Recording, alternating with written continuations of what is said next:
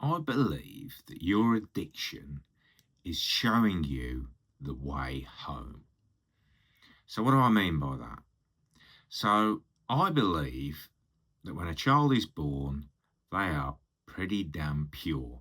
There are maybe some things we inherit genetically that are maybe false or something like that, but we're pretty pure, we're curious. Somehow we learn to cry out to get our needs met, to get fed, or if we need changing, or if we're ill or whatever, that's sort of in us to be able to cry out for that. And then what happens is we come into contact with other humans and society and stuff, and it starts to change us because, for example, maybe we cry out for help and it doesn't come. So all sorts of things can go on then, and they change us because maybe we learn it's not worth crying out. And then all sorts of things can go on then because we can start to think that maybe it's because of me that it's not worth crying out. Not that it's something with the parents or the caregivers that they're too busy or maybe they don't even care. It just feels like it's on us. So this is how we kind of get some brokenness in us. I don't believe we're ever really broken because I think we can get back. That's been my experience. So just a little reminder for anyone who doesn't know me. I've been sober 5 years, 5 months. I lost £60 in weight because I used to use food as well. I used to gamble every night till like 4 in the morning, just get a couple of sleep. I haven't gambled since March 2017. What else? I gave up smoking. So all these addictions have gone. I'm actually using my phone now, but I don't use my phone that much. What happened for me was I used to think that, say, alcohol was the problem because I drank alcohol and it's an addictive substance. I became addicted to it, and even that has shown to it. So it's my fault. Same with food. If we use chocolate or sweets or toast or bread or whatever it is, usually some really nice modern food, it can change how we feel, you see, so we can get addicted to it, but we think it's our fault. But what I'm trying to say here is that your addiction is helping your system find its way back home. And by home, I mean back to purity, like the baby that is born, just catering for its needs and wants and doing what it can before it kind of gets this I'm not worthy or whatever happened to you, whatever happened to me, whatever, that kind of break the system, put that brokenness in there. So instead of doing what society tells you to do and trying to fix the addiction, a really good example is food, actually. Because society tells you that you're lazy, you're not motivated, and maybe it's because you eat too much crap, and that it's on you to restrict so that you can be a normal weight.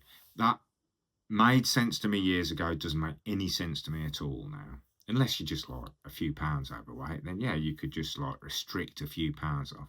But if you're using food as some sort of coping mechanism, then just restricting isn't going to bring you back home. It's just going to help you lose a few pounds, and then you'll probably go back because your system will still use the thing. So the point I'm trying to make is your addiction is actually pointing you the route you need to go down to go back home, and it isn't restriction. It's finding out what happened to you that made you stop trusting your system to ask for your needs, to ask for your wants, and to get them catered for. So usually what we're doing, here's a really good example with food. So many people, I used to do it, so many clients I have, because they're comfort eating, they just chastise themselves for comfort eating. But their system is telling them, I need comforting. But they never go, oh, what is it? Why do I need comforting? How could I give that comfort to myself? I mean, asking the why is like the major step, because you start to look into where the chinks are in your armor. Not even sure I like that, because it still suggests there's something wrong with you. But where you got this brokenness into you is in there. And that's where it really helps to start looking in there, because that awareness then means that you can go back and give yourself this thing. So one of my clients said to me, when I eat the food, it feels like what that's doing is giving me a hug. Now, then I asked the client, so when you were young, did you used to get a hug? The client says, no. If I was feeling sad or whatever, I kind of got given some sweets and I went to my room and I read a book. It says it all, doesn't it? So the system is still doing that, but the system is still wanting the hug, and we have to give it to ourselves now because we're adults now. Actually, that's not true. We still can connect to people. So the connection thing is massive. So the first person you've got to connect to is yourself, to see that you need this. Your body is screaming out for it, whatever it's from, whichever sort of addiction it's from. Your body is screaming out for this. So you have to give it to yourself, but you also have to be the one that goes out and actively gets it, because people out there who are doing great will give it you, but maybe you're a bit like me. When somebody does give you a hug, you're like, push it away. And that's other things. You've got dissociation or abandonment problems or fear of rejection problems, all semi-similar. And then you look into that, you see, but your body is always trying to show you. That's my belief. And through addiction, and obviously from what I said, I've had a lot of the addictions, your body is trying to show you how to get back home.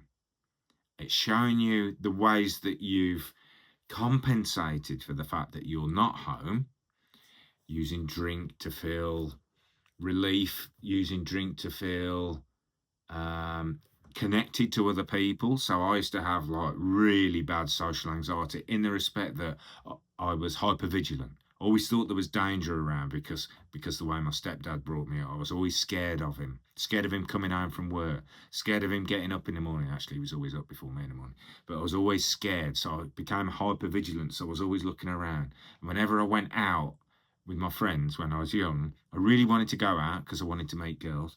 I was always on the lookout around, hypervigilant like this. But then when I started drinking, I managed to relax, and then I could enjoy myself. So it was no wonder I became alcoholic. It did a job for me. It helped me connect with other people, helped me meet girls. It did a job for me. But then as I got older, I started to realize, oh, I need to do that job actively for myself now.